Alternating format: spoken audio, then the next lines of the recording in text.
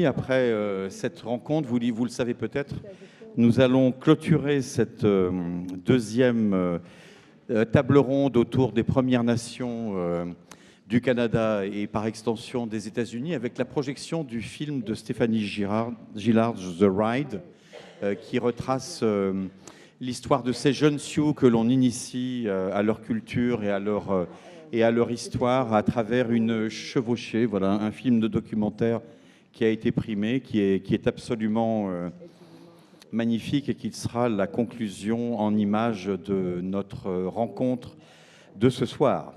Alors pour ceux qui étaient là aujourd'hui, certains de nos invités ne vous sont pas inconnus. Par contre, il y a un nouveau venu, Zen Lefort, qui est photographe, dont vous avez pu admirer l'exposition consacrée à Standing Rock, qui est dans la rue, un intérieur qui sépare ce bâtiment de la mairie et du Salon du Livre. Si vous ne l'avez pas fait, eh bien, je vous invite à aller voir cette exposition. Et vous aurez de toute façon, à un moment donné, ben voilà, ça a commencé, certaines images tirées de l'exposition qui vont vous permettre voilà, de vous plonger déjà dans cet univers. Alors, il ne sera pas aussi... il ne sera pas aussi dans l'affrontement forcément permanent que ce que l'on peut voir sur les écrans, mais on aura tout à l'heure l'occasion avec Zen voilà, de parler de son travail et de parler de ce dont est le symbole, cet épisode de l'occupation et de la protestation à Standing Rock. À côté de Zen Lefort, Naomi Fontaine. Naomi Fontaine, elle est Innu, elle vient du Québec et elle est l'auteure de 2 livres que vous pouvez vous procurer au Salon du Livre, dont on parle à plusieurs des rendez-vous du festival. Kwesipan, qui est son premier livre, et son deuxième livre, un roman, Manikanetish, qui, comme Kwesipan, va de la fiction à la réalité, puisque c'est ainsi que vous écrivez, Naomi, et on aura l'occasion au cours de cette rencontre un peu de parler de ce qui vous intéresse en tant qu'écrivain. À côté de Naomi, je ne sais pas votre prénom. Marie-Jeanne, qui sera l'interprète de Julian Neustadt quand celui-ci aura retrouvé le chemin qui mène à cette salle. À côté de Marie-Jeanne, Cowboy Smith. Cowboy Smith est raconteur d'histoires, réalisateur. Il anime également des conférences à la façon de TED Talks, elle s'appelle Red Talks, et il est originaire du sud de l'Alberta. Il est Blackfoot, Piikani et Kaina.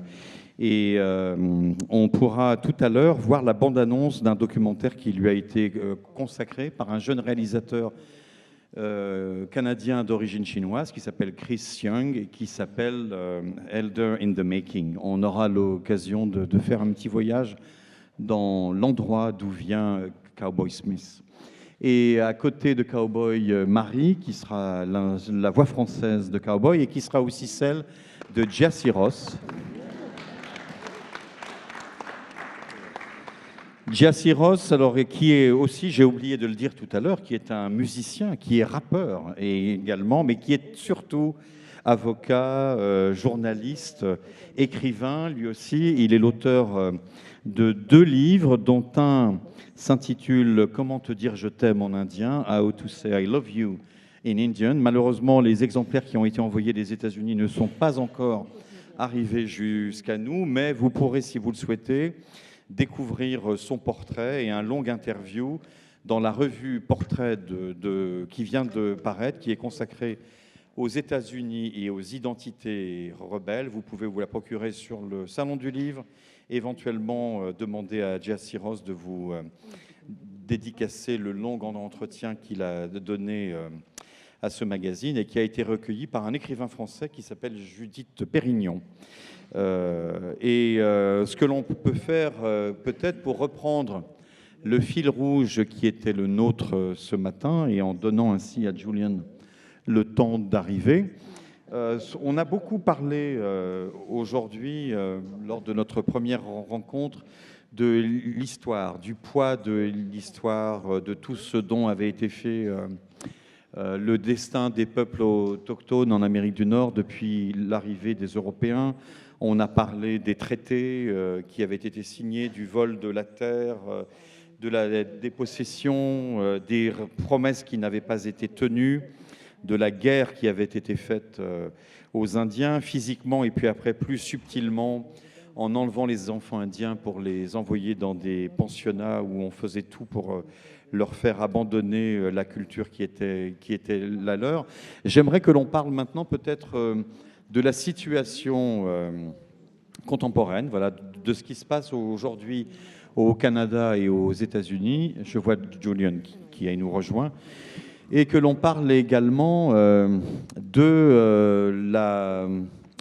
la façon dont vous, qui avez la chance peut-être d'appartenir à une génération où votre indianité n'est plus remise en question. On le disait ce matin, vos parents, vos grands-parents ont connu des périodes extrêmement difficiles.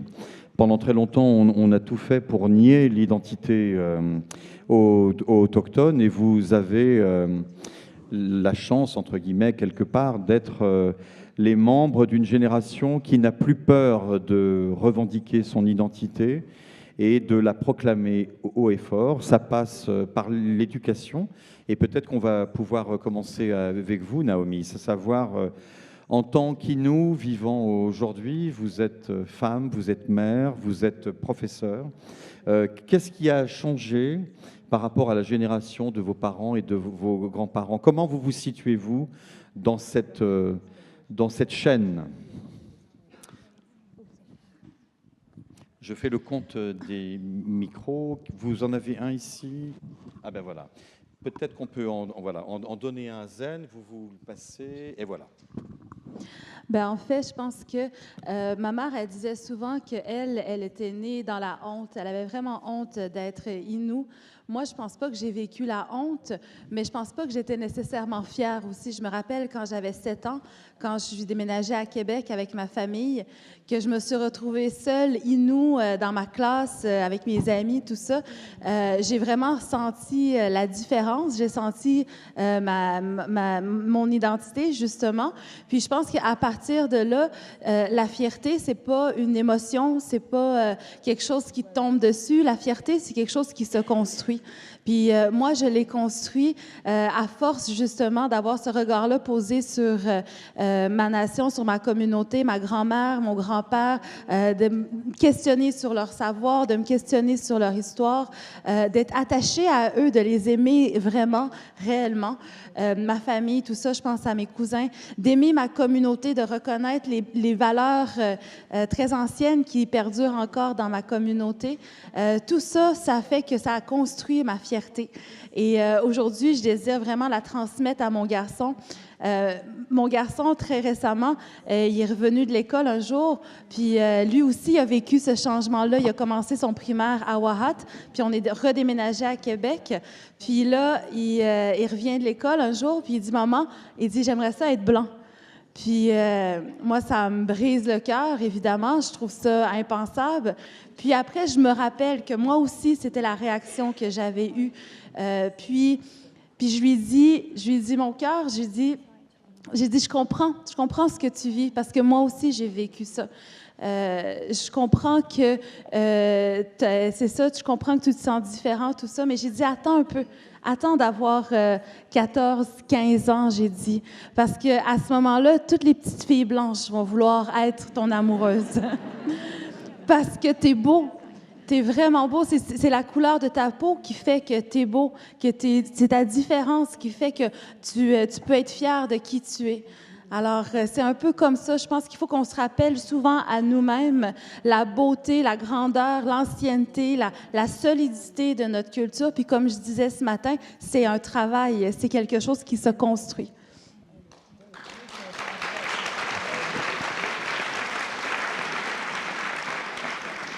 On va maintenant pouvoir passer la parole à Jesse Ross, qui lui est très laid. Donc ça va être un autre discours.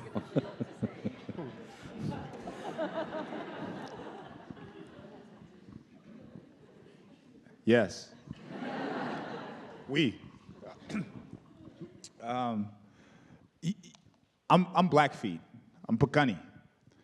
And that means that we're brilliant people. We're also modest, as we went about earlier. But we're also very stubborn people. There's a reason why we're very isolated and remote. And when our very being was being assaulted physically, that's when Pekani people, we're going to be more us than ever.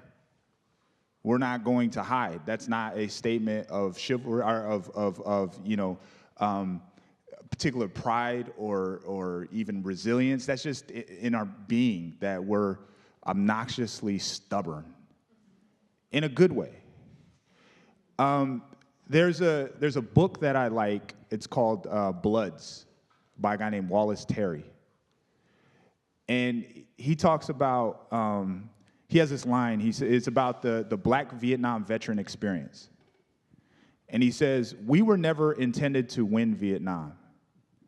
He said, if we wanted to win Vietnam, we wouldn't have went over there with guns and grenades and tanks. He said, we would have went over there with Nikes and Levi's jeans. He said, consumerism and pop culture is a much bigger imperial force than guns could ever be.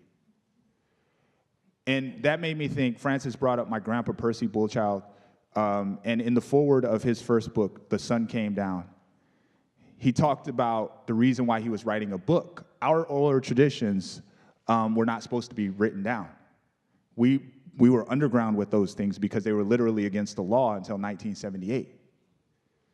But he said he was writing them down because young folks don't listen to those stories the way they used to.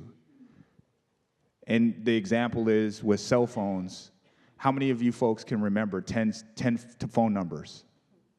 Not too many people. We used to remember all kinds of phone numbers.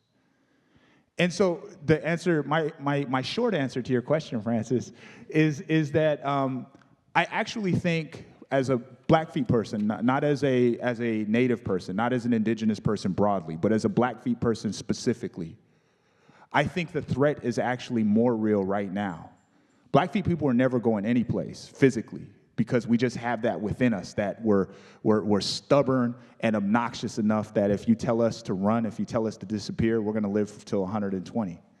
But the pop culture force, the force of mass media, the force of smartphones, the force of video games, of Fortnite, of not reading, of not listening to stories, of not listening to language, that to me poses a much greater existential threat than those physical forces were to us.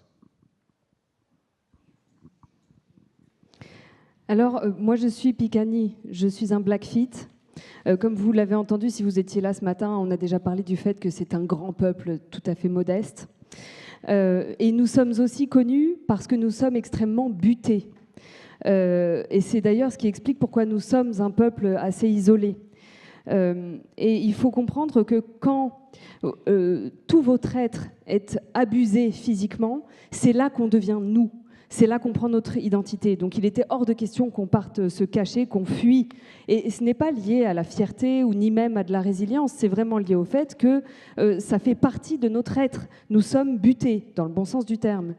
Alors ça me fait penser à Wallace Terry, qui a écrit un livre qui s'appelle Bloods, qui parle de l'expérience noire de vétérans au Vietnam, et qui dit dans son livre on n'a jamais eu pour but de gagner cette guerre. Si on avait voulu cette guerre, on n'y serait jamais allé avec des tanks et des pistolets et des grenades. On y serait allé avec des jeans Levi's et avec des Nike. Pourquoi je dis ça? Parce que la culture populaire est bien plus puissante que n'importe quelle armée. Francis a parlé de mon grand-père, Percy Bullchild. Et au début de son roman, il explique, parce qu'il faut savoir que dans notre tradition, c'est une tradition orale, on n'était pas censé écrire nos traditions, notamment parce que jusqu'en 1978, on ne pouvait pas. Mais donc il a enfin décidé de se mettre à écrire nos traditions, tout simplement parce que maintenant on n'écoute plus les histoires de la même manière que par le passé. Si on prend l'exemple des téléphones portables, c'est bien simple. Qui parmi vous se souvient de 10 numéros de téléphone ? Alors qu'avant, on mémorisait toutes sortes de numéros. Et donc, pour répondre brièvement à ta question, Francis, en tant que Blackfeet spécifiquement, là je ne parle pas en tant qu'autochtone en général, je pense que le danger aujourd'hui est bien plus réel qu'avant, parce que les Blackfeet ont toujours été là, parce qu'on est butés. Si on nous dit de fuir, qu'on essaye de nous dire qu'on est en danger, alors on vivra jusqu'à l'âge de 120 ans.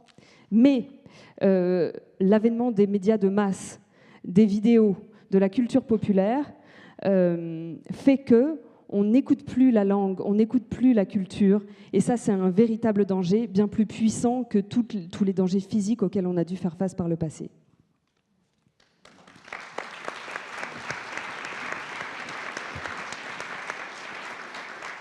Juste une petite note, même si c'est à Browning que des gens comme Daryl Kipp ou Dorothy Still Smoking ont fait renaître la langue Blackfeet et ouvert des écoles d'immersion pour les jeunes. Je dirais que c'est vrai que c'est à la fois une période peut-être de menace.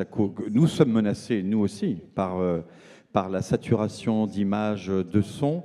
Et je dirais qu'il y a en même temps la renaissance de la langue. Je pense aussi à ce à quoi Daryl Kipp, que tu as peut-être connu comme moi, a consacré sa vie, de garder des enregistrements d'origine, des documents, de revenir vers toutes les grammaires et les lexiques qui avaient été faites par les missionnaires, parce que ce qui est l'ironie de l'histoire, c'est que bon nombre des langues indiennes, notamment la langue Blackfoot, a été fixée à jamais par des jésuites qui étaient venus évangéliser de force les Indiens. Donc c'est vrai que c'est à la fois, comme à chaque époque, certainement des forces contradictoires. Cowboy? Ok. Hello. Bonjour. Bonjour, ni Sikawa, ni Stuanagoki Gukskitwa. My name is Cowboy Smith. I come from the Siksikaitsitapi, the Blackfoot Confederacy. I'm a member of the Miawapiksis clan, the Seldom Lonesome clan, and the Modospitax, the All Tall Peoples clan. I'm the shortest one in that tribe. I think, you know, our ancestors went through a lot. Our grandparents went through a lot. And, you know, I'm going to agree with Francis. There is a renaissance that is emerging now in 2018 around the world, especially in North America. But we still deal with pandemics in Canada, and I'm sure this is the same in the United States. There is a pandemic of missing and murdered Indigenous women. Thousands of women going missing and murdered, and a lot of these cases go unsolved. A lot of our mothers, our sisters, our aunties, they don't come home. And that's still going on today. There's a suicide crisis, there's water crisis, there is all kinds of racist acts of violence towards young people. There's a string of murders happening in Thunder Bay, Ontario, where a number of young Indigenous kids are turning up dead. Their bodies are being found in the lakes and rivers in that area.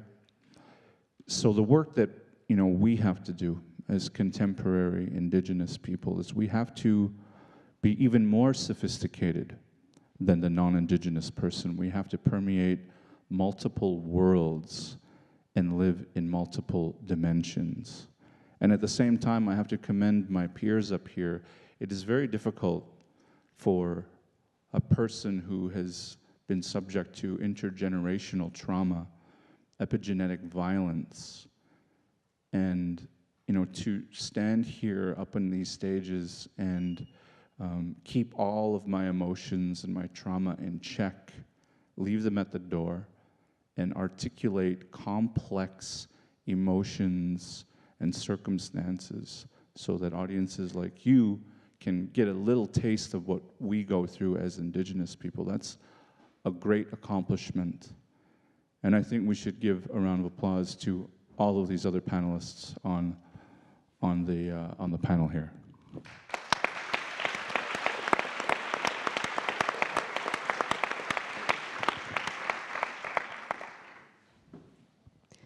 Alors, je me présente, je m'appelle Cowboy Smith, je suis Blackfoot, je viens de 2 clans, un clan qui s'appelle en français le clan du petit peuple, un autre clan qui s'appelle le peuple des grands, je suis le plus petit de ce clan-là. Donc, c'est vrai, ce qu'on vient d'entendre, c'est vrai, nos ancêtres, nos grands-parents ont subi beaucoup de choses, et je suis d'accord avec Francis, c'est vrai.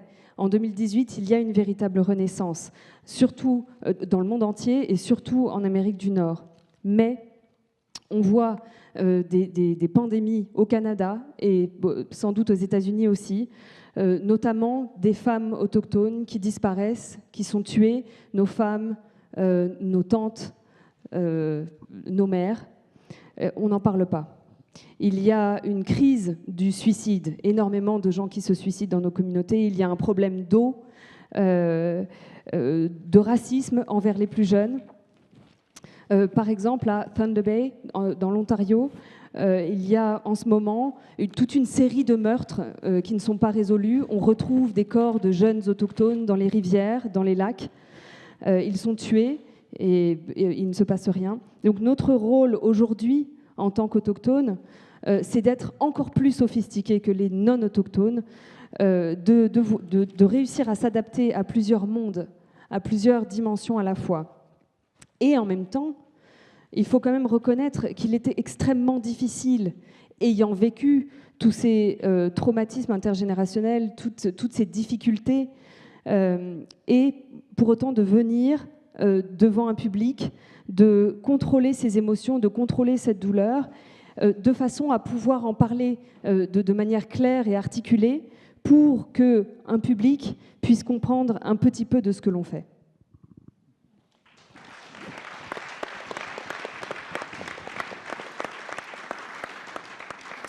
You know, there was a very long piece in a French newspaper, Le Monde, which was published not long ago.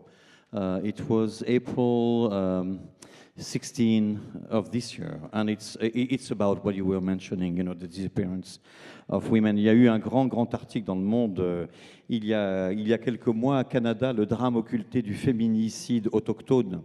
De longues années et plusieurs rapports d'Amnesty International et de Human Rights Watch sur les disparitions et assassinats dont sont victimes les femmes et les filles amérindiennes auront été nécessaires pour le gouvernement accepte d'ouvrir une enquête. So this was about the opening of the government investigation. Julian?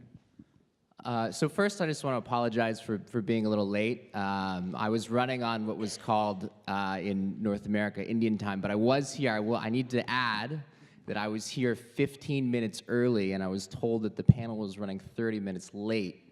So I stole away to a cafe to have a glass of wine, and I got some writing done. I have a lead for an essay I'm writing, so it was not... You will be punished anyway, so...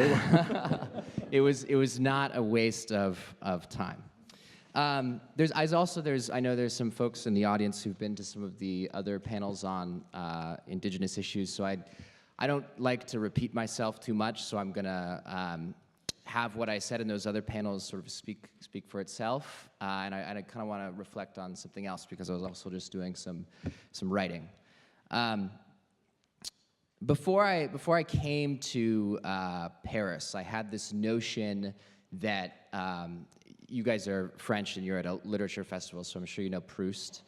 And I had some notion that I could rewrite an indigenized version of the famous sort of Proust scene with the Madeleine, but with a piece of fry bread. So I got a which I should add is sort of a traditional, well, not really traditional, it's a sort of government ration originated indigenous food that we ended up eating because we had the rations and you know, we were starving and what we had was oil and flour and we figured out how to fry that. And so I had some notion that I would rewrite this scene from Proust, but with a piece of fry bread. But I ended up forgetting the fry bread. I left it in the freezer because you can keep fry bread fresh by leaving it in the freezer. So I forgot it at home. So I lost my lead. But I did end up here with my hand drum, and Francis asked me to share a song at the opening ceremony, and I decided to sing a song that comes from and belongs to my family. It's my great-grandfather's song. He was a chief of one of the communities I come from. And I had some trepidation about that. I felt conflicted. You know, so often when you're an Indigenous person and you're standing before a largely white audience, there's a performance aspect of that. There's an expectation that you will stand up there and share your culture, represent what used to be considered sort of the quote-unquote noble savage. And when you do that, it's hard to be seen at the same time as that person who, you know, had this notion that they'd bring the piece of fry bread and rewrite a little piece of Proust, you know, when they go to Paris. And so I think that little moment, that little decision that I had to make, and I did decide to come and share a song because at the same time it felt wrong to deny the history of my ancestors who survived an apocalypse to ensure that the song of my great-great-great-grandfather would be here today. It felt almost selfish for me to instead want to be seen as a writer and not come and sing this song that I took the time to learn, that I often sing proudly. And I think that little moment, that little decision that I faced, you know, identity is so multifaceted, is a small snapshot, I believe, of the complexity of what it is to be Indigenous in this day, to be a Native person who has the great fortune to come to Vincennes and come to Paris and talk about what it is to be me and to be from the places I come from today.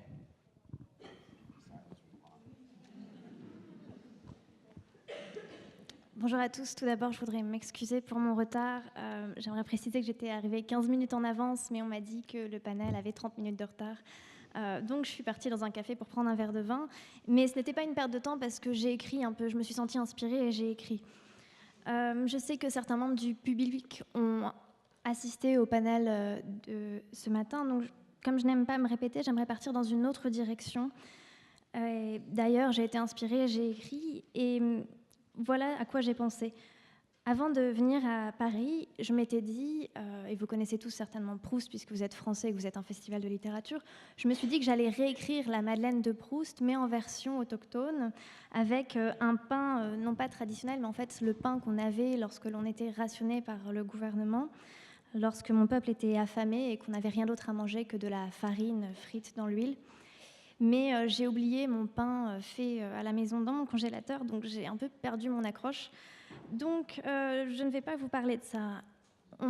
Francis m'avait demandé de faire une intervention à la cérémonie d'ouverture et j'ai décidé d'amener mon instrument de musique et donc de jouer le morceau de mes ancêtres. Et cette décision, ça a été pour moi un sentiment étrange parce que lorsque l'on joue de la musique traditionnelle, il y a cette idée de performance. On est là pour partager, entre guillemets, notre culture, ou plutôt ce qui est perçu comme notre culture, la culture du sauvage éduqué. Et il y a une attente du public lorsque l'on fait une performance comme cela. Donc pour moi, cette décision de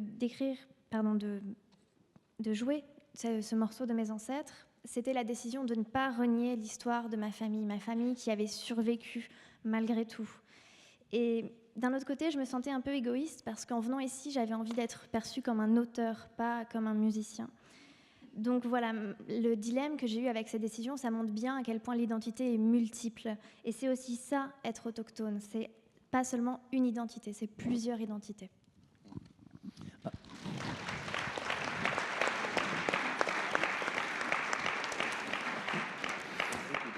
I just have to respond to that before Zen speaks. First of all, I knew you were the best singer among all of you guys. I got tapes from Cowboy and Jesse, and they were terrible. D'abord, je savais que c'était lui le meilleur chanteur. Les deux autres m'avaient envoyé des cassettes, mais le résultat était vraiment pas probant. Et en fait, quand j'ai écrit, when I first wrote to you, I knew my request was quite unusual, but I saw a photo of you singing in front of a young woman who had a mic, and I saw that it was kind of a political rally, that you were very invested. Et en fait, j'ai vu sur Internet une photo de Julian chantant dans une manifestation où il y a un micro. And for me, you know, since the festival started in 2002, I have always wanted native voices to be heard. This is, you know, I told Julian when on a atterri, j'ai toujours voulu depuis le début du festival que les voix indiennes soient entendues. Pour moi, l'Amérique sans les Indiens, elle n'existe pas. Et je le disais à Julian. I told Julian because on Thursday night, we handed at the McDonald's over here because everything else was closed. Jeudi soir, on avait une rencontre sur le passé du Canada et tous les restaurants étaient fermés quand on est sorti et on a atterri au McDo où nous avons dîné tous les deux pour 9,80 €, comme quoi. And we had a dinner which was 9.80 euros, the cheapest dinner for two I have had in a long time. Et c'est vrai que je savais qu'il avait ce don particulier. Je sais de quelle famille il est originaire, puisqu'on ne l'a pas dit, il est arrivé en retard. Mais Julian appartient à la tribu de Kanim Lake, dans la province de Colombie-Britannique, les Shuswap, qui parlent Salish. Et le Salish est une langue assez répandue dans l'ouest des États-Unis, dans le nord-ouest plutôt des États-Unis et du Canada. Et son père est un sculpteur très renommé, Ed Archie Neustadt. Et c'est vrai que pendant cette cérémonie d'ouverture qui a eu lieu ici jeudi, où il y avait beaucoup d'écrivains, où John Irving a pris la parole, je trouvais symbolique que, alors que nous ouvrions cette rencontre où on mettait le Canada à l'honneur, qu'il y ait des mots d'une autre langue et des mots plus anciens que le Canada lui-même qui soient entendus. I wanted one of the most original voices of Canada to be heard. You know, I wanted you to be the first one to take position on this land, you know, to open it. Et c'est vrai que il a pris du temps, hein, il a dit je vais réfléchir à ta demande, et puis finalement 2 ou 3 jours plus tard, il m'a envoyé un mail en me disant « Ok, j'accepte » et j'étais très content qu'il accepte parce que for me it was almost a political statement, you know, in front of Canadian officials, in front of French officials, you know, to remind everyone else that Canada and the US were first a native land, and are still in many places a native land, et que le Canada et les États-Unis soient perçus comme étant une terre autochtone, une terre indienne, et ce qu'ils sont, l'un comme l'autre, encore dans beaucoup d'endroits de leur territoire. Je referme la parenthèse.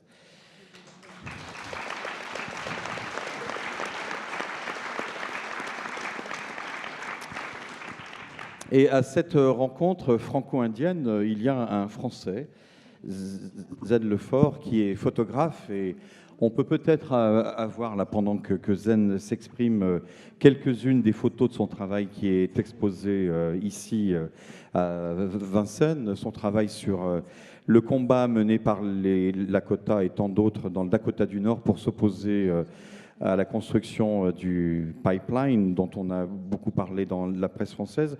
Qu'est-ce que ça a été pour toi, Zen, ce sentiment? Alors, je sais que tu connaissais ce monde un peu avant, mais tu l'as rencontré d'une façon différente sur le terrain au moment de la confrontation. Qu'est-ce que tu as perçu de ce monde indien contemporain au moment où tu es allé dans le Dakota du Nord?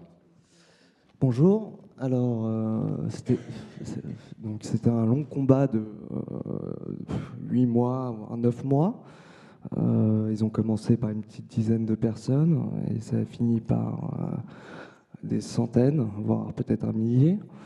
Moi, ce qui m'a impressionné, c'est tous ces jeunes, cette jeune génération qui est de plein de tribus des États-Unis et du Canada.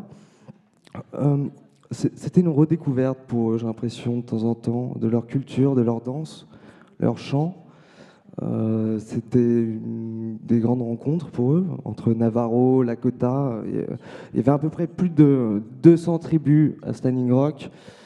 Donc c'était assez impressionnant. J'ai senti cette jeune génération qui voulait redécouvrir leur culture, ou découvrir même. Voilà. Bon, malheureusement, ils ont perdu. Ça se répète encore.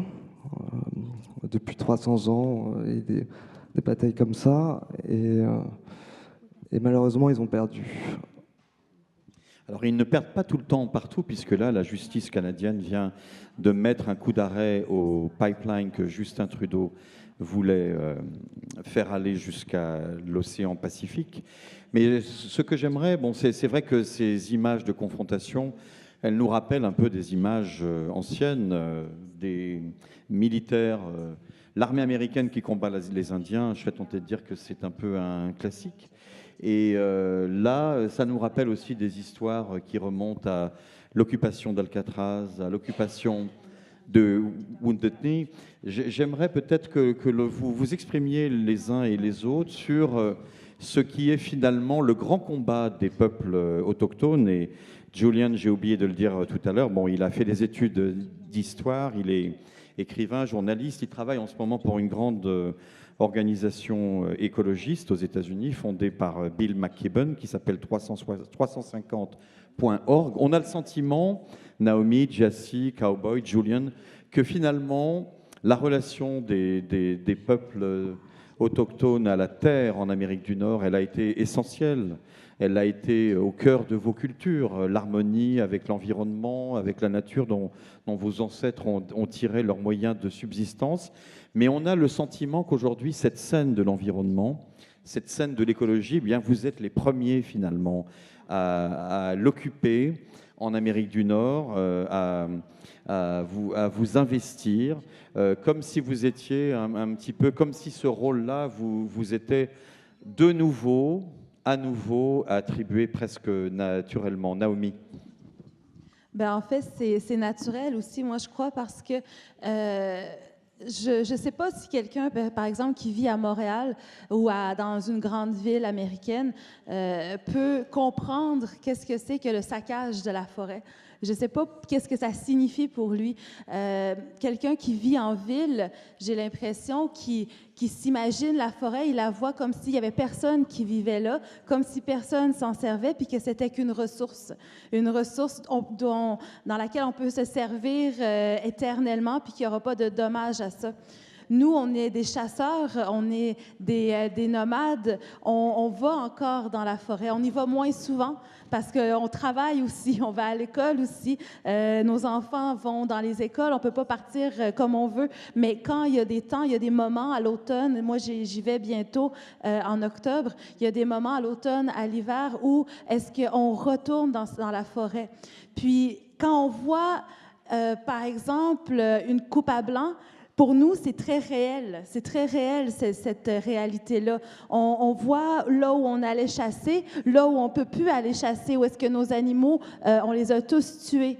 On voit des rivières qui ont été inondées à cause des barrages hydroélectriques. Nous, notre animal, c'était le caribou, des troupeaux qui ont complètement été décimés à cause de ces barrages-là, parce que le caribou a ceci de particulier, c'est qu'il suit toujours le même chemin. Alors là, à un moment donné, quand ils ont inondé les rivières, le caribou a quand même suivi son chemin, mais il n'était plus capable de traverser. Alors, ils sont morts noyés, ces caribous-là. Et là, on parle des milliers, des troupeaux de milliers. C'est très récent, ces choses-là. Je ne vous parle pas d'il y a 200 ans, je vous parle d'il n'y a même pas 20 ans. Puis, pour nous, tout ça est très réel, est très concret. Alors, c'est normal quand il s'agit de défendre le territoire, quand il s'agit de, comme on a vu des photos, qu'on soit prêt à se battre pour ça, qu'on soit prêt à prendre des armes, à se mettre ensemble, à se regrouper pour ces combats-là. Parce que une fois qu'elle est détruite, la nature, tu peux pas, tu peux pas la reconstruire. C'est pas comme ça que ça fonctionne. Tu peux pas juste détruire puis après ça espérer que ça se refasse tout seul. Puis je pense que l'attachement au territoire vient de là. On a des fois cette idée-là, je vais finir avec ça rapidement, on a des fois l'idée que l'Innu est comme en transe un peu avec la forêt, est un peu, on a un peu cette idée folklorique-là, je vais dire. Mais en réalité, l'Innu n'a jamais été en transe avec la forêt. L'Innu a toujours eu besoin, a toujours combattu la forêt. Pour nous, c'est encore plus vrai parce que nous, c'est l'hiver du nord du Québec. C'est extrêmement rude comme hiver, c'est extrêmement sauvage comme forêt. Alors, il a fallu qu'on combatte cette forêt-là. Puis à force de la combattre, à force de se tenir debout, aujourd'hui, on combat pour elle. Vous voyez, comme c'est le cercle, c'est toujours le cercle. Puis, parce qu'on sait que bientôt, pas tout à l'heure, on parlait de la crise de l'eau, c'est très réel tout ça. Et on vit, pas pour nous, on vit pour nos enfants. On a quelque chose à léguer à nos enfants. Alors, je pense que c'est surtout ce côté-là très, très vrai pour nous. C'est pas imaginaire pour nous, la forêt. C'est là où est-ce qu'on marche, c'est là où est-ce qu'on veut continuer à marcher.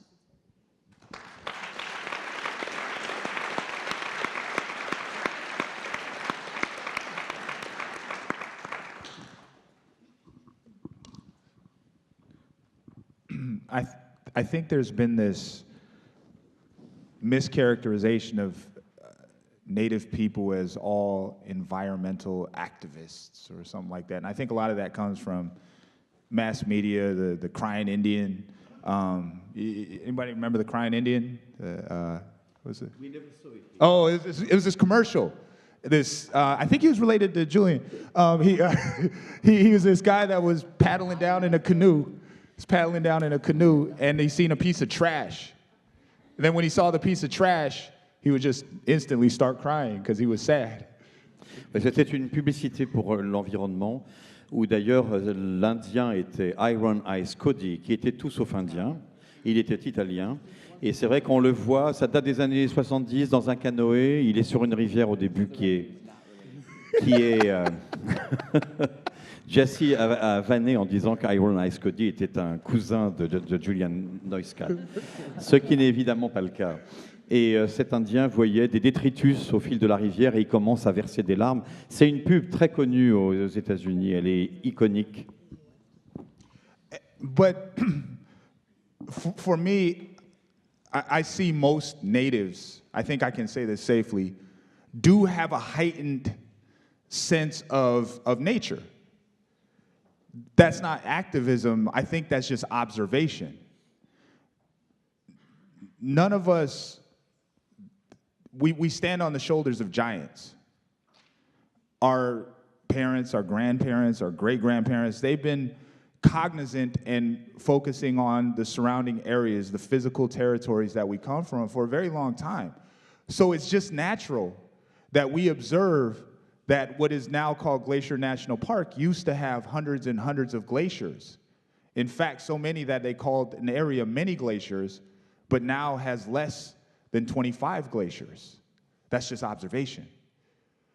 And so it becomes natural. We talked about the buffalo hide with all those little tiny stories on there and just not wanting to be the weak link in that sequence. We're just one little tiny story. And at the end of our lives, there's a question.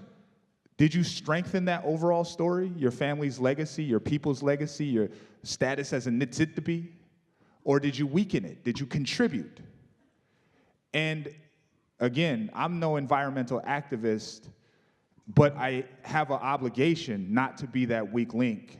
And I try really hard not to be that weak link, simply for the selfish purpose of handing over to my children something as good and beautiful as I was fortunate to come into. Alors souvent, on pense aux peuples autochtones comme étant des activistes de l'environnement. Ce n'est pas le cas. Ceci étant, je pense pouvoir dire, sans me tromper, que tous les autochtones ont un lien à la nature qui est très présent. Et ce n'est pas, à mon avis, de l'activisme, c'est simplement de l'observation. On se tient vraiment sur les épaules de géants. Nos ancêtres, nos parents, nos grands-parents, depuis des générations, observent nos terres, depuis très très longtemps. Et par exemple, à Glacier National Park, donc un parc national où il y a encore quelques décennies se tenaient des centaines et des centaines de glaciers, eh bien, il y a un endroit qui s'appelle l'endroit des mini-glaciers, où auparavant il y avait des centaines de glaciers, il y en a moins de 25 maintenant. C'est de la simple observation. Donc, c'est normal pour nous d'observer la nature. On a parlé au premier panel, on a parlé des peaux de bison sur lesquelles sont inscrites nos histoires, sur lesquelles est inscrite notre histoire. Et j'expliquais que je ne voulais pas être le maillon faible de cette histoire. Nous sommes tous, chacun, une petite partie de cette histoire. Et au final, au dernier jour, la question qui se posera, c'est avons-nous rendu hommage à ces ancêtres et à cette histoire ou l'avons-nous diminué ? Donc je ne pense pas que ce soit un acte d'activisme, mais c'est simplement que je ne veux pas être le maillon faible. Je veux participer à cette histoire. Et c'est pour des raisons parfaitement égoïstes, tout simplement parce que je veux laisser à mes enfants une terre aussi belle et merveilleuse que celle que j'ai eu la chance de connaître.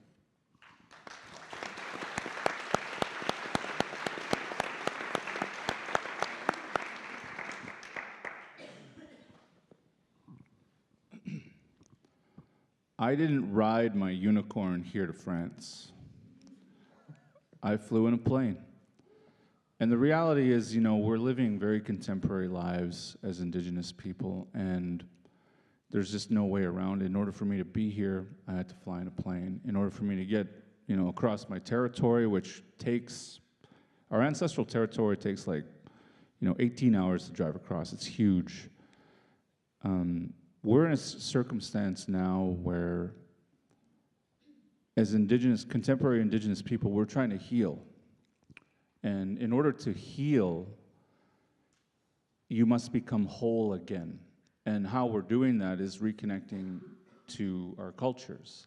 And I often tell people, when I'm speaking at the Red X program, I always tell people and remind people that, you know, we are the translators of the frequencies of the land.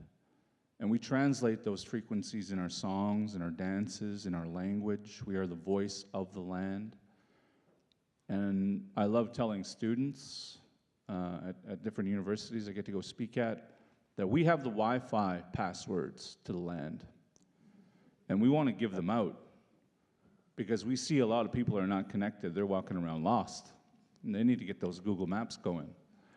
So we're just trying to translate the complexities of and the importances of the land and how important it is to us in our future and the future generations.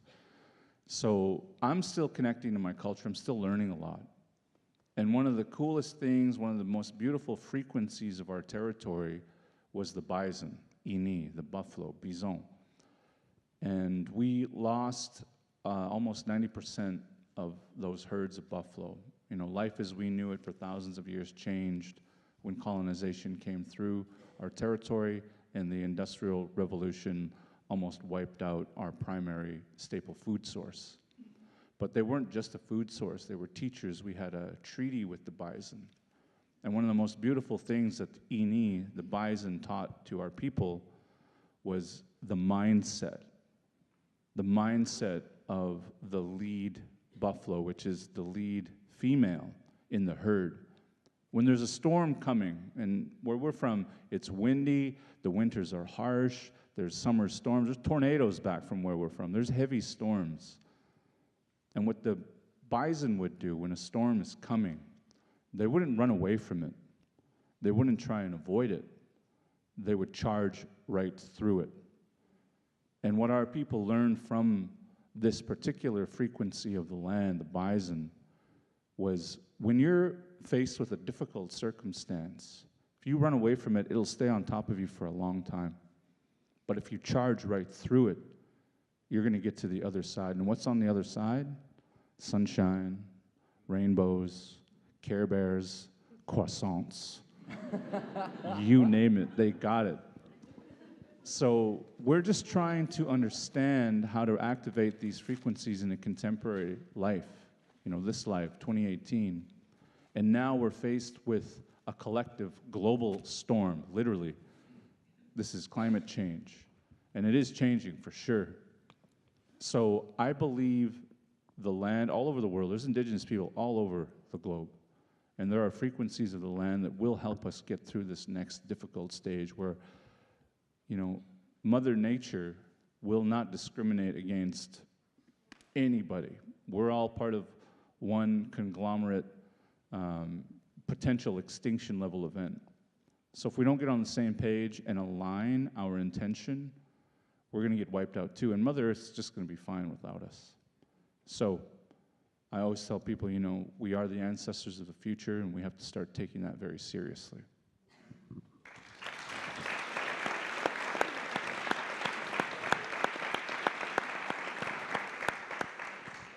Je ne suis pas venue en France sur ma licorne. Je suis venue par avion. Donc il faut bien comprendre que les autochtones mènent une vie parfaitement moderne. On n'a pas le choix. Pour traverser mon territoire, notre territoire ancestral, il faut à peu près 18 heures de voiture pour le traverser. Donc on utilise des voitures. Aujourd'hui, ce qu'on essaye de faire, c'est guérir soi-même. Et pour guérir, il faut devenir entier à nouveau, se reconnecter à soi, se reconnecter à sa culture. Et souvent, quand je parle aux Red Talks, j'explique que nous sommes les traducteurs des fréquences de nos terres. Ces fréquences, elles passent par nos chansons, nos danses, notre langage. Nous sommes la voix de ces terres. Et quand je parle à des étudiants dans les universités, je leur explique qu'en gros, on a le mot de passe de la Wi-Fi de nos terres. Et quand on voit des gens circuler, ils ont l'air complètement perdus. Ils ont vraiment besoin de ce mot de passe, parce qu'ils vont devoir utiliser Google Maps pour s'y retrouver. Donc, en fait, on traduit la complexité et l'importance de cette terre pour les générations futures. Et moi, j'en apprends encore beaucoup tous les jours. Par exemple, si je vous parle d'une fréquence absolument magnifique, la fréquence du bison. On a perdu 90% des troupeaux de bisons, donc 1000 ans de vie en harmonie, complètement éradiqués par la colonisation, par la révolution industrielle. On a complètement perdu notre source primaire d'alimentation. Et il faut comprendre qu'on avait cette espèce d'accord avec le bison. Le bison nous a enseigné un état d'esprit. Il faut savoir que le chef des bisons est en fait la femelle, une femelle. Et quand les bisons traversent des orages, il faut savoir que dans notre territoire, les hivers sont rudes, il y a beaucoup de vent, il y a des tornades. Et donc, quand les bisons font face à un orage, ils ne fuient pas, ils n'évitent pas l'orage. Au contraire, ils chargent et ils traversent l'orage. Et ce que nous avons appris de cela, la fréquence que nous avons entendue du bison, c'est que quand on fait face à une difficulté, si on fuit, la difficulté est toujours au-dessus de nos têtes. Alors que si on traverse la difficulté, alors de l'autre côté, on trouve le soleil, l'arc-en-ciel, des bisounours, des croissants, tout ce que vous voulez, ça se trouve de l'autre côté de l'orage. Donc en fait, ce qu'on essaye aujourd'hui de faire, nous, peuples autochtones, c'est de réactiver ces fréquences en 2018. Aujourd'hui, on fait face à un orage collectif, le changement climatique, et on a des autochtones partout dans le monde qui essayent d'aider à traverser cette difficulté justement en réactivant ces fréquences. La nature, elle ne discrimine pas, mais nous sommes vraiment au bord de l'extinction. Si on n'arrive pas à s'aligner, alors on n'existera plus, et la nature, elle s'en remettra. Donc nous avons vraiment cette responsabilité.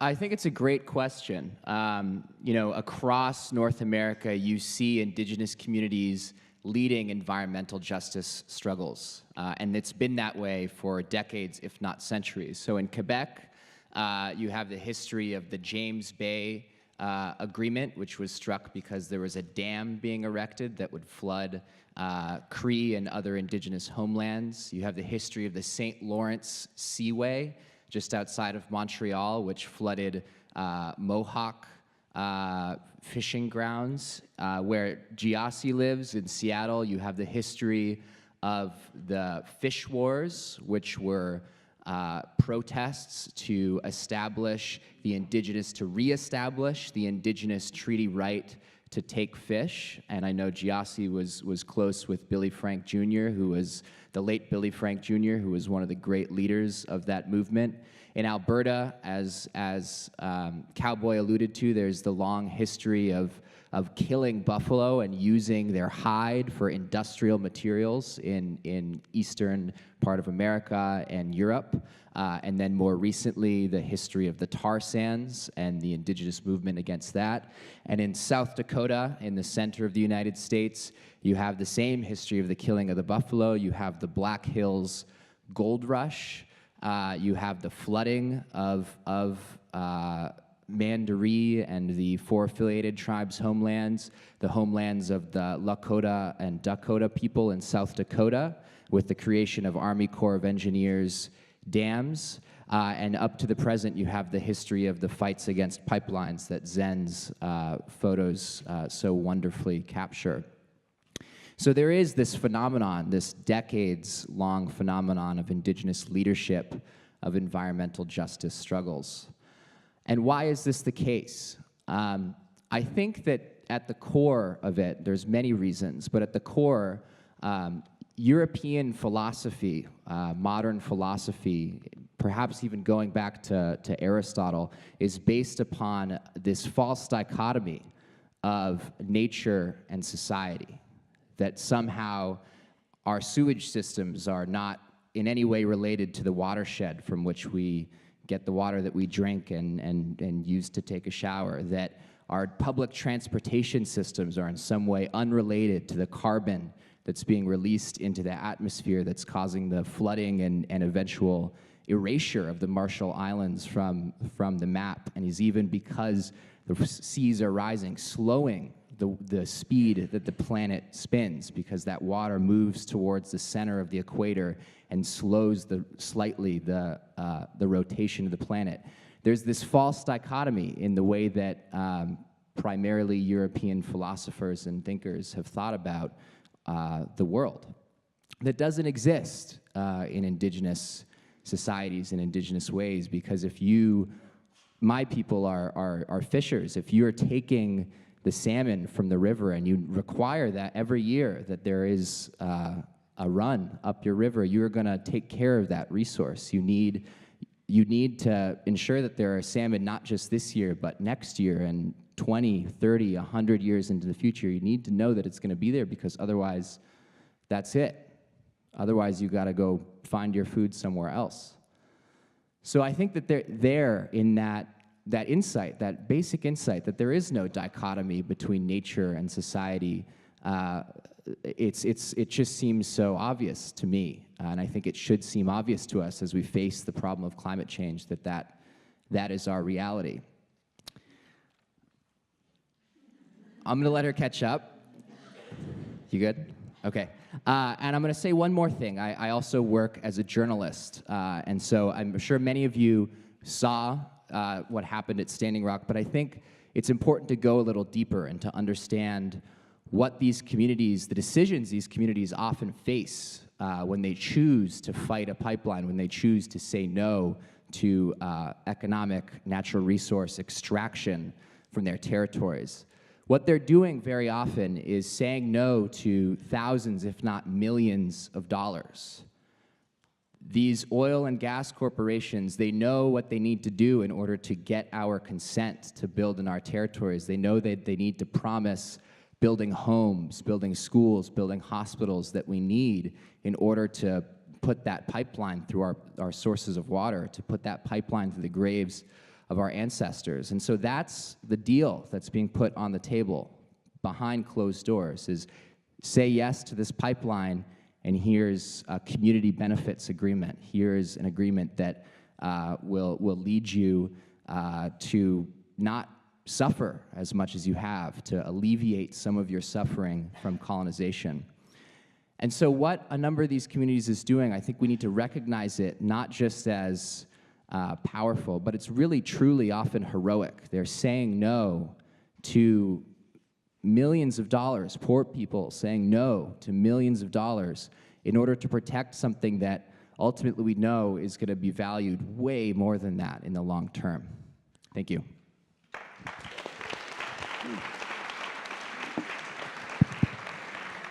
Juste un instant. Apologies, I had to answer an emergency message from the theater over there with John Irving. Sorry about it. I was listening to you, but I was sending an answer to that message.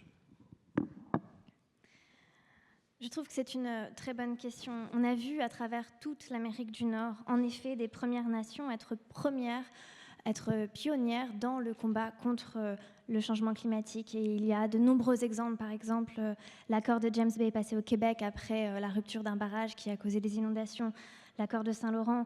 Et il y a aussi l'histoire de la guerre autour de la pêche pour tenter de rétablir les droits de pêche des Premières Nations.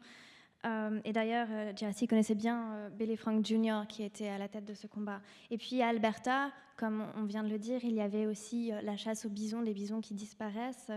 Et plus récemment, il y a d'autres exemples de mouvements engagés pour la protection de la nature.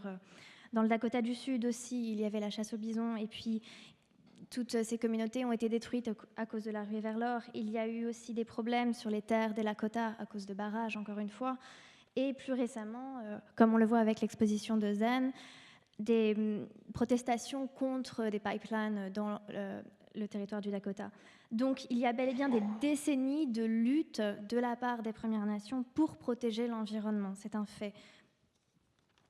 Pourquoi ? Eh bien, en Europe, il y a cette philosophie qui remonte à Aristote d'une relation entre la nature par rapport à la culture. Les deux ne sont pas vus en lien l'une avec l'autre, mais en opposition.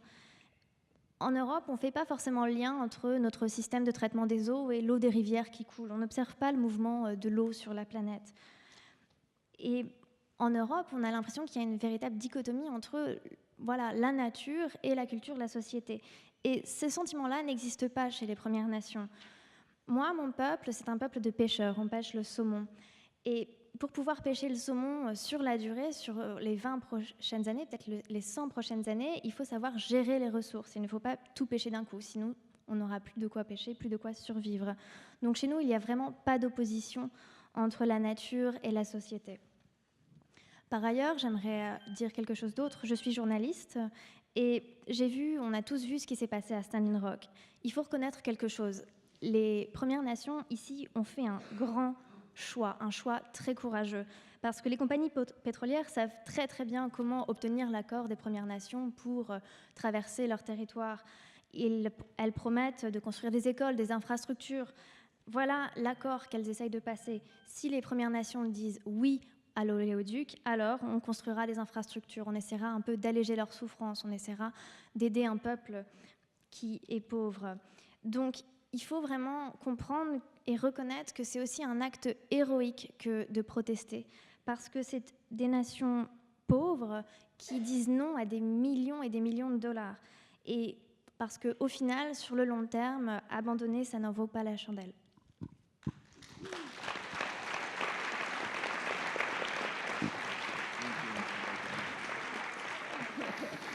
Zen, comment est-ce que tu as comme perçu, toi, ces choses, tout ce dont nos invités viennent de parler?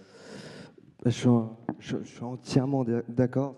C'est très intéressant, quoi, ce côté. On leur promet des écoles, de l'argent, et il faut être extrêmement courageux pour refuser. C'est souvent pauvre dans les réserves, et il peut avoir un peu de corruption. Donc, c'est extrêmement courageux de la part de ces manifestants d'être venus protester contre ce pipeline. Alors pour faire une petite pause, je veux bien qu'on fasse le noir dans la salle et puis qu'on passe la bande-annonce du film de Chris Young, où on va voir Cowboy chez lui en Alberta. This is the trailer of your movie, Chris's and yours, Cowboy.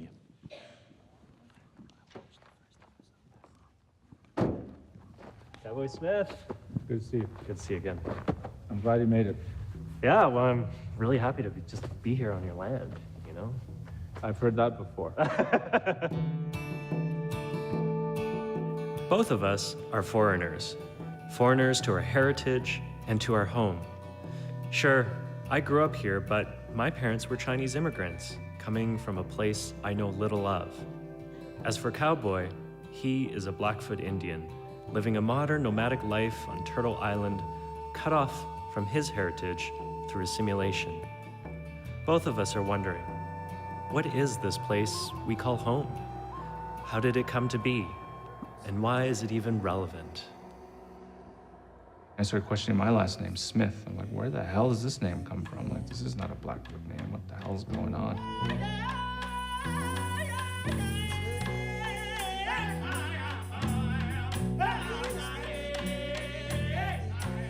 They were talking about you and your children to come. There's no difference.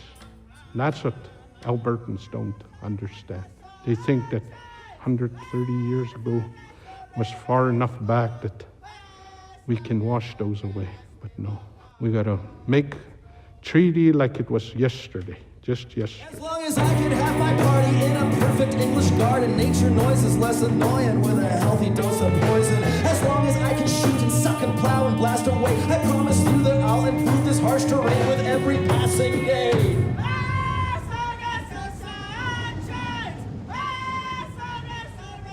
Gedächtnissport. Do you know what you're doing? The folly is when we think that man is it. It's a folly. And that's a kind word for stupidity.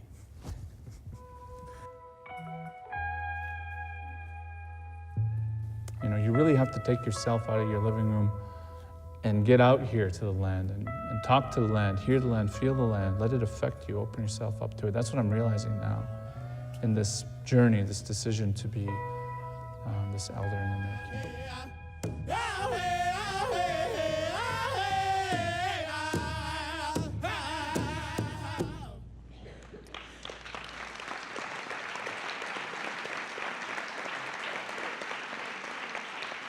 Voilà.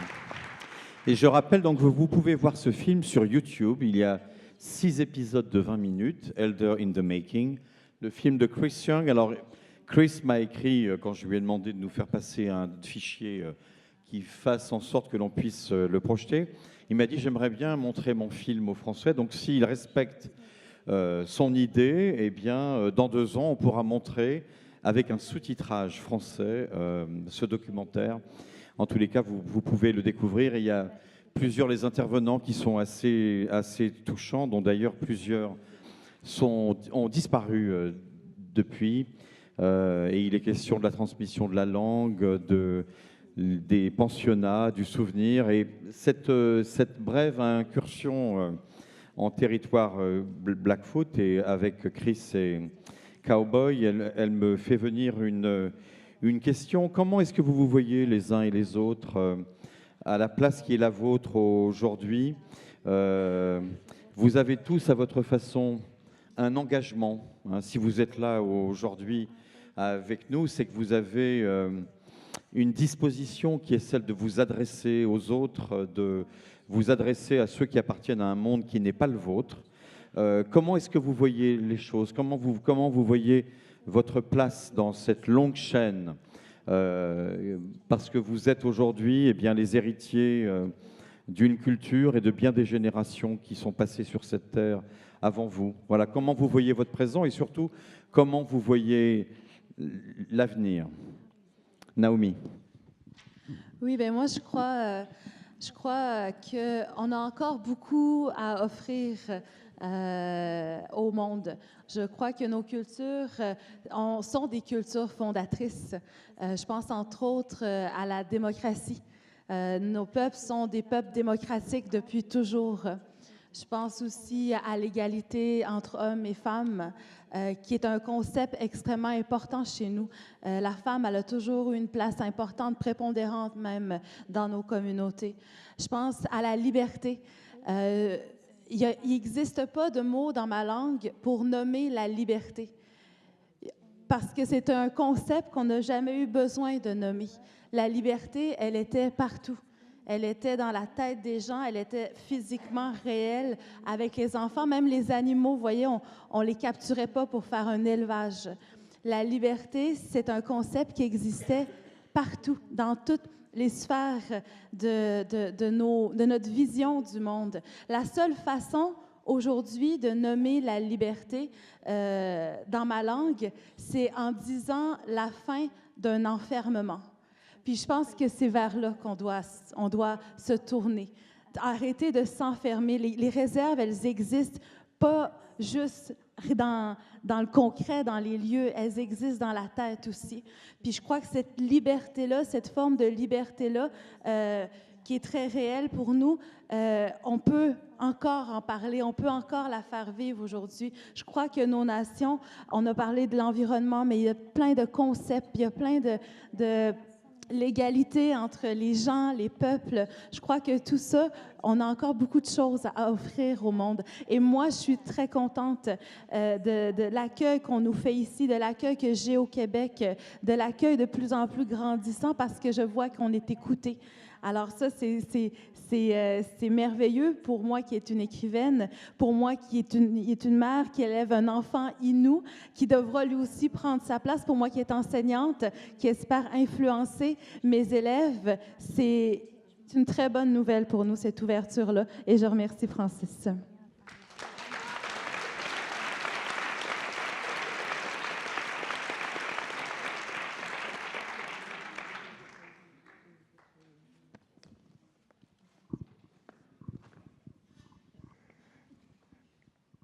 I consider myself very fortunate to be Pukani, to be Nitsitapi.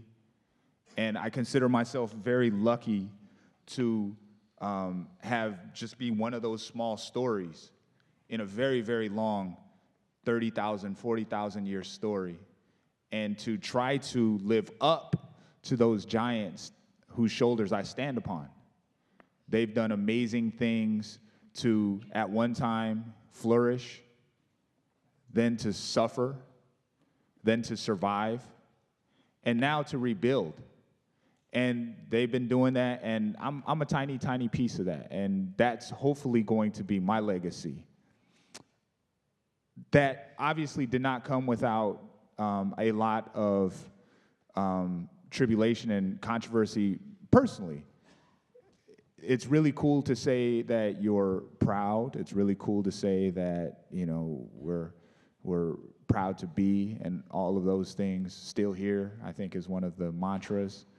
But those did not come without a lot of sacrifice that people previous to me have paid.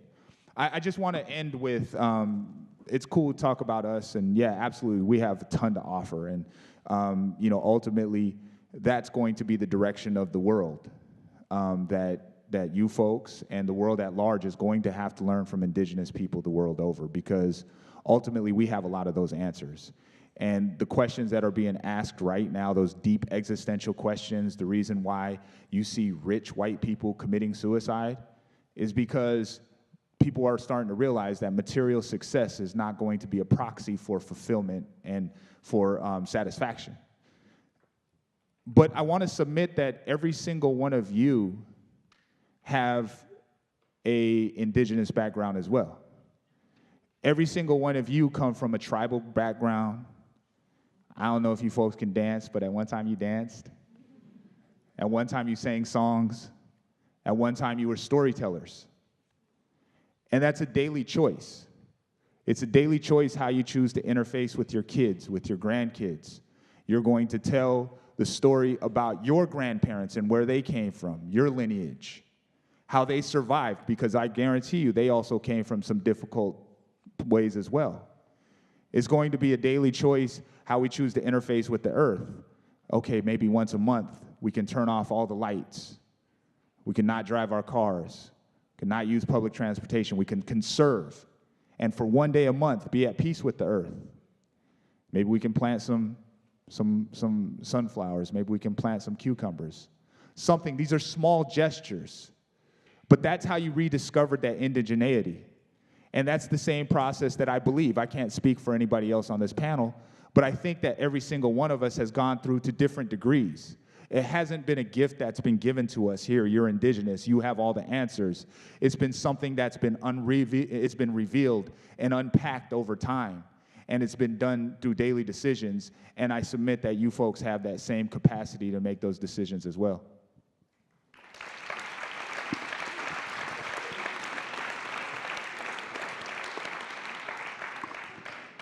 Je me considère comme très chanceux d'être Pokani, d'être Nitsikipi. Hein?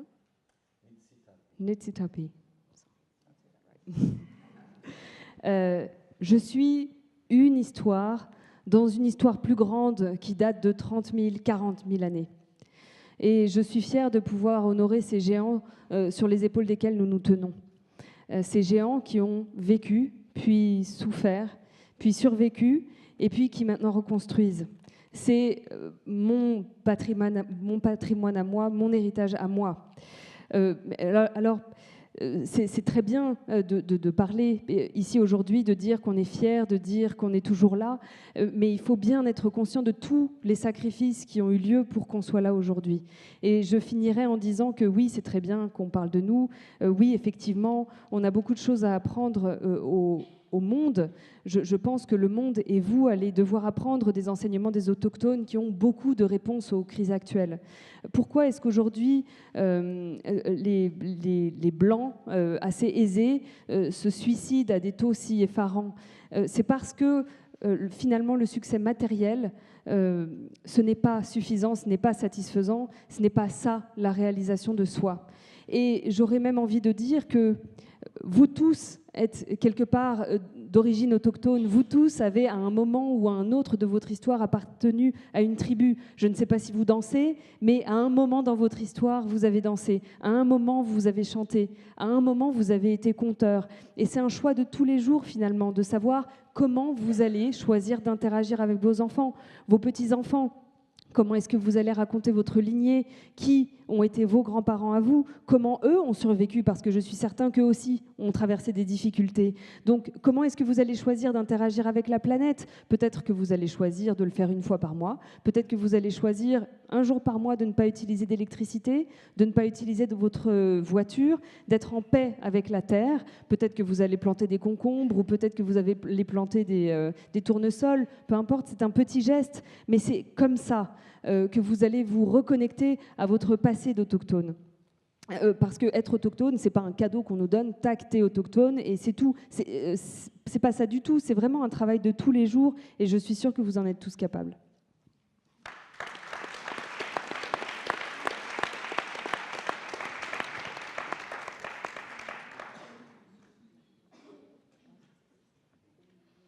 I hope we are sharing as well with you guys, sharing our culture, sharing our place, sharing our, way of life as well. I mean, during your stay.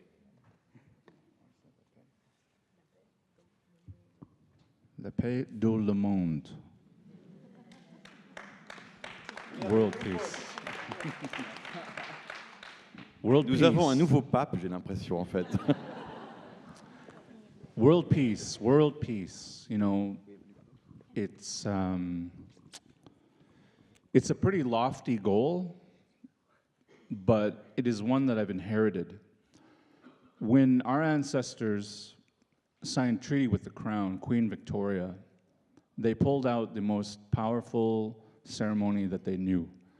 And that ceremony is the Inestsi pipe ceremony. Say that with me, Inestsi.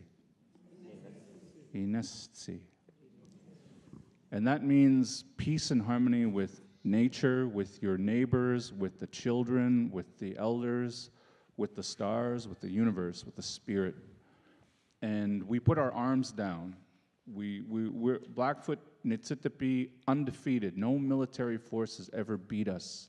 And we could have easily beat the Bluecoats, the Americans, Custer and that crowd, and the Redcoats, the Northwest Mounted Police. But we decided to go to another place, a place of love, peace, and forgiveness.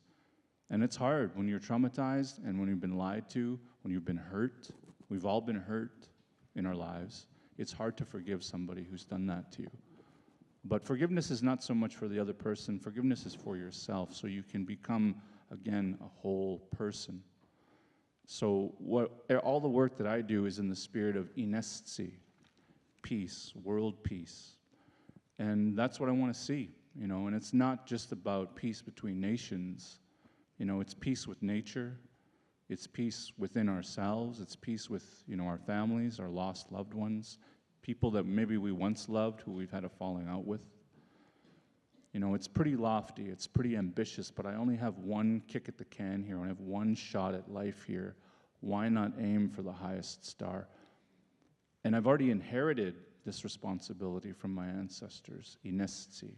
Queen Victoria we have to hold the crown responsible for what's happened, and we continue to do that with the struggles and fights against resource extraction.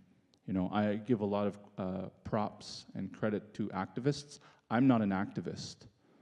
I'm not active enough to be an activist. I'm an artist, and I do work that supports the activists, but I don't do enough. I know that. But with what platforms I have, whether it's film or writing, literature, whatever, the future is VR and AR. I think if we get on a collective level, if we find a global alignment of intention, we can overcome anything, especially the storm that's coming. And I'm not running away from it. Climate change is a real thing. I want to charge right into it. And I'm going around the world, you know. I'm going to be in Japan next month to try and strike a deal with Peace Boat, an NGO that goes around the world in 3 months on a ship, a voyage, where they try to promote peace and demilitarization of the entire planet. As you know, they haven't had a military since World War II. I was a guest of theirs back in 2008. I love what they're doing, and I want to align with what they're doing with the Red Talks program and many of the other initiatives that I have. So as far as the future is concerned, you know, all of us have a responsibility. We are all ancestors of the future, and you know, it's not all doom and gloom. We're all resilient people. As Jassy said, we're all indigenous to a certain place. We're indigenous to this planet, very small little rock in a very large universe. So I encourage you all, take care of each other, you know, respect each other, you know, support us in solidarity with however you can do that. And just know that, you know, our ancestors, all of our ancestors, sacrificed way too much for us to blow it today. Iksugape.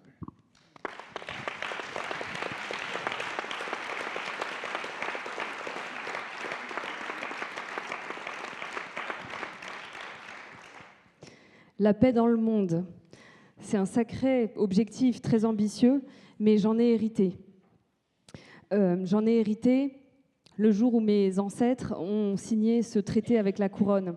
Et mes ancêtres l'ont signé en mettant en œuvre une des cérémonies les plus puissantes que nous avons, c'est la cérémonie Inestsi, la cérémonie des pipes. Du calumet. Et donc, ce mot veut dire la chose suivante. Ça veut dire la paix, l'harmonie avec vos voisins, avec la nature, avec les anciens, avec les enfants, avec les étoiles, avec l'univers, avec les esprits. Alors, il faut savoir que notre nation n'a jamais été vaincue.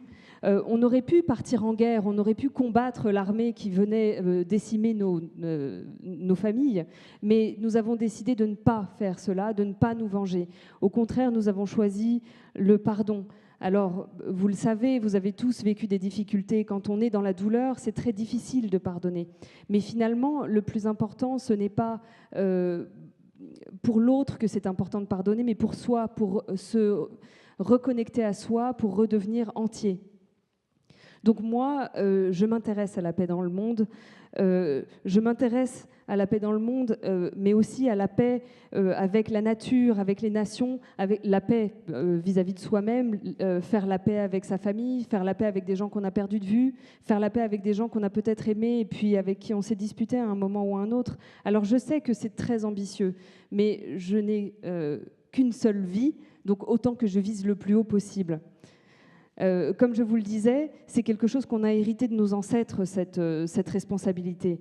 Alors évidemment, c'est la reine Victoria qui est responsable de tout ça au départ, et évidemment, les manifestations contre l'extraction de nos ressources est essentielle, et je suis très très admirative des activistes. Je ne me considère pas comme un activiste, je ne suis pas suffisamment active dans ce genre de mouvement.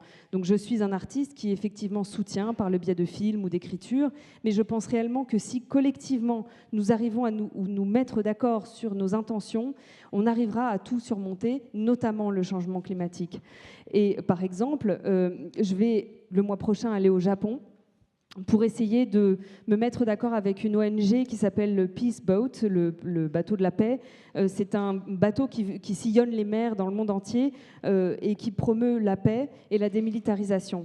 Vous savez que les Japonais n'ont plus d'armée depuis la Deuxième Guerre mondiale. Et j'avais été une première fois au Japon en 2008. Je suis tout à fait d'accord avec la façon de voir les choses de cette ONG. Et donc j'aimerais vraiment faire quelque chose avec eux qui soit en rapport avec les Red Talks et d'autres programmes que j'anime. Et donc je pense effectivement que nous sommes tous responsables. Nous sommes tous les ancêtres de notre avenir. Tout n'est pas terminé, tout n'est pas tout noir. Nous sommes tous des autochtones de ce petit caillou qui est en plein milieu de l'univers. Et donc, il faut que vous vous souteniez les uns les autres, que vous nous souteniez par le biais de solidarité. Et tout simplement parce que vos ancêtres, nos ancêtres ont trop sacrifié pour qu'on fiche tout par terre maintenant.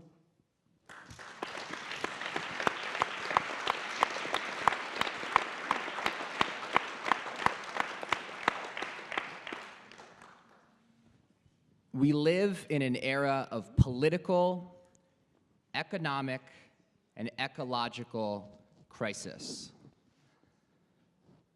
All three of the roots of those words, pol, polis, and echo, in the Greek, echo meaning home, polis meaning city, are related to where we situate ourselves, our home, our community. I work as a policy analyst, a community organizer, and a writer. We are facing democratic decline and the rise of racism and white nationalism here in France, in the United States, and across the world. We're facing economic inequality that hasn't been reached at this level for over 100 years, and perhaps even since the beginning of modern capitalism, from the moment when you guys decided to kill your monarch. We're also facing an ecological crisis that is one in hundreds of thousands of years, climate change. My perhaps audacious belief in all the roles I mentioned is that Indigenous peoples have a small, or maybe even bigger than small, role to play in addressing all of those crises. I've alluded to the ecological role, the environmental role, that renewed relationship to the environment, that understanding that nature and society are inseparable, so I'm not going to go too much into that. I think that's perhaps the most visible role with the struggles against the pipelines and other environmental justice struggles. But I do want to talk a little bit more about the political and the economic role, because I don't think it's necessarily obvious to everybody. So politics. Indigenous societies represent a fundamental challenge to our understanding and conception of the nation state. Modernity is premised on the idea that culture and economic unit, the notion that everybody within the boundaries of France speaks French, meet up. Our existence, the fact that we are part of nations that endure despite genocide, despite colonization, is a fundamental challenge to our understanding of society, to our understanding of democracy, to our understanding of plurality and diversity within the governance systems that we create. We have a role to play. We are intervening right now in that understanding. Economics.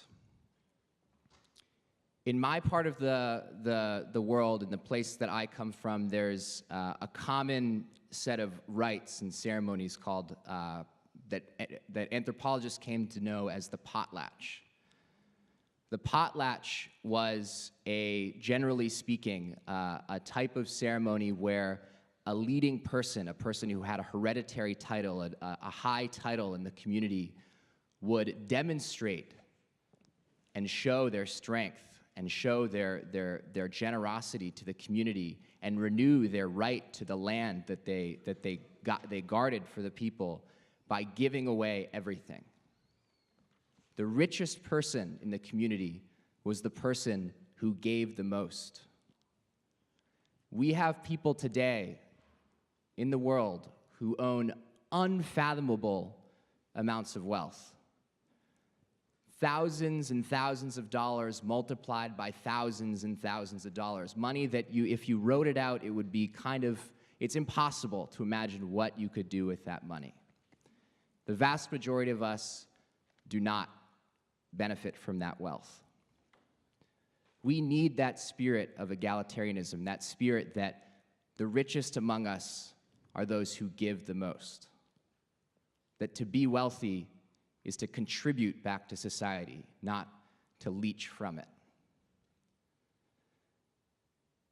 To connect those struggles back to my first comment today, I also feel conflicted because to assert my identity, to assert myself as somehow a representative of a group that is going to play some small measure in saving the world is also to deny the imperfection of our own communities, our own humanity. The desire to not go out and protest every day, but instead to sit and be late to the talk that you're going to be at and write about fry bread in sort of a Proustian fashion. We're complicated people. And so at the same time as I do believe we have a role to play in these essential questions, these questions that are going to define our lives for years to come, I think we also are humans like everybody else. We're complicated. We have difficult relationships with the people we love. We do bad things sometimes. We do bad things to the people we love. And I think the part of me that's a writer wants to retain that, wants to be able to say, on the one hand, yes, we are a people who survived the apocalypse, who have something to say in a moment when we can perhaps prevent another one, but we're also hella complicated. We also make our own mistakes. And that's a hard thought to hold in one sentence. It's a hard thought to hold in one paragraph. That's a hard thought to hold in an essay or a book even. But if there's anything I want to leave all of us with today, it's that complexity. Thank you.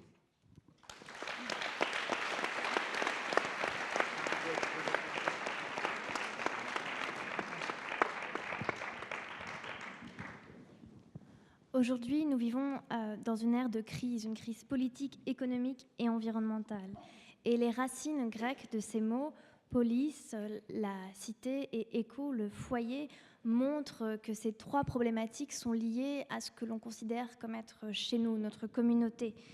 Je suis aussi analyste politique, écrivain, et ce que j'observe, c'est qu'on voit une montée du nationalisme et des extrémismes dans le monde aujourd'hui. Et il y a aussi cette crise économique qui atteint des sommets depuis le début du capitalisme, depuis que vous avez décidé de couper la tête à vos rois. Mais il y a aussi bien sûr cette crise environnementale qui est le changement climatique. Et je suis persuadée que nous, les Premières Nations, nous avons évidemment un rôle à jouer pour aider à résoudre ces crises. Nous avons notre mot à dire, il devrait être entendu. J'ai déjà mentionné un peu le rôle environnemental et cette relation qui est chez nous inséparable entre l'environnement, la société, qui sont liés chez nous. Et je crois que c'est bel et bien notre plus grande lutte aujourd'hui que de préserver l'environnement. Mais j'aimerais en dire un peu plus sur le rôle que nous pouvons aussi jouer en politique et par rapport à l'économie. Donc tout d'abord, la politique. Comprendre la notion d'État-nation, c'est vraiment difficile pour nous. S'imaginer qu'en France, à l'intérieur des frontières, tout le monde parle français et que c'est ça l'identité, c'est complexe pour nous. Nous, notre peuple a résisté au changement géographique aussi, au changement des frontières, et c'est un véritable défi donc que de s'affirmer et d'affirmer notre identité à cause de cette notion d'État-nation. Et donc nous avons un rôle pour aider la société actuelle à comprendre cette autre notion, qui n'est pas celle à laquelle on est habitué. Pour l'économie, eh bien, de là où je viens, il y a un rituel qui s'appelle le rituel du potlatch. Et c'est une cérémonie, en fait, où une personne d'autorité, un chef, va montrer sa force, sa générosité et son autorité sur le territoire en donnant absolument tout ce qu'il possède. Chez nous, la personne la plus riche, c'est celle qui donne le plus, c'est la plus généreuse. Et dans la société actuelle, il y a certaines personnes qui sont extrêmement riches, qui ont des milliards et des milliards de dollars, et tellement d'argent, on ne saurait pas quoi en faire. Bien sûr, la majorité d'entre nous, nous ne profitons pas de toute cette richesse. Et imaginez un monde aujourd'hui où être riche, ce serait donner ce que l'on a, ce serait participer à la société. Donc voilà ce à quoi on peut contribuer. Et par rapport à ma propre identité, oui, c'est plaisant de se dire qu'on peut contribuer à améliorer le monde, peut-être à le sauver, mais il ne faut pas non plus renier les défauts de nos peuples. Nous sommes des personnes extrêmement complexes. Oui, bien sûr, nous avons un rôle à jouer. Je pense que nous aurons un rôle à jouer pour l'avenir. Mais après tout, nous sommes humains. Nous avons aussi des relations personnelles complexes. On peut aussi faire du mal aux gens qu'on aime. Et voilà ce que j'aimerais dire. Oui, notre peuple a survécu à l'apocalypse. Oui, nous pouvons vous apprendre quelque chose pour empêcher qu'une autre apocalypse ait lieu. Oui, mais nous sommes aussi complexes. Nous aussi, nous avons des défauts. Et s'il y a une chose que j'aimerais que vous retenez de cette session, c'est ça. Nous sommes complexes, nous aussi.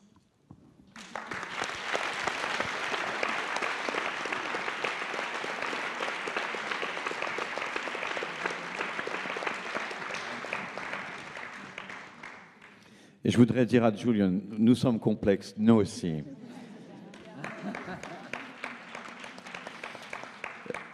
Voilà, il est malheureusement l'heure de mettre un terme à cette rencontre, mais avant, j'aimerais vous donner des pistes pour continuer à faire ce voyage avec nos invités. Vous pouvez aller sur le site de Julian Brave Neustadt, toutattaché.com. Vous serez en mesure de lire plusieurs de ses articles, dont un magnifique reportage qui s'appelle The Tribal Canoe Journey, qui est paru dans l'édition canadienne de National Geographic. Vous allez pouvoir retrouver dans les minutes qui viennent Naomi Fontaine au Salon du Livre. Elle va dédicacer ses 2 premiers romans, Kwesipan et Manikanetish. Et vous allez pouvoir également, si vous le souhaitez, aller voir donc, les conférences Red Talks de Cowboy Smith. Il n'a pas dit qu'il y a un X à la fin de son nom de famille. C'est vrai que ses parents ont eu l'esprit un peu taquin en donnant le prénom de Cowboy à un jeune Indien. Mais lui, il a eu le réflexe de rajouter à ce nom imposé par le gouvernement canadien, Smith, comme il le dit dans le film, c'est pas franchement un nom indien, il a rajouté un X en hommage à Malcolm X. Mais vous pouvez également aller voir ce film, Elder in the Making, dont on a vu la bande-annonce, et je suis sûr qu'on n'a pas fini d'entendre parler de Cowboy en France. Et vous allez pouvoir également vous procurer le numéro de la revue Portrait, où il y a ce grand entretien que Jassy Ross a donné à Judith Pérignon. Et ils ne sont pas arrivés encore en France, mais peut-être qu'on peut se mettre d'accord et vendre dans les semaines qui viennent, au Vincennois, à la librairie 1000 pages, les 2 livres de Jassy qui vont bien finir par arriver en France. Vous pouvez aussi vous les procurer sur Amazon. Je ne suis pas forcément partisan d'Amazon, mais c'est vrai que c'est un livre qui n'est pas distribué aux États-Unis. Et à moins d'aller sur le site de cutbankcreekpress.com, vous pouvez commander les 2 livres de Jassy. L'un s'appelle « Je ne sais pas grand-chose sur les Indiens, mais j'écris malgré tout sur eux. Don't know much about Indians, but I wrote about them anyway ». et comment dire je t'aime en indien, How to say I love you in Indian, à 1000 pages dans les jours qui viennent, et peut-être par correspondance pour ceux qui ne sont pas vincénois, vous pouvez appeler la librairie 1000 pages à Vincennes et commander les livres de Gyasi. Un grand merci à vous tous. Ils seront de retour demain.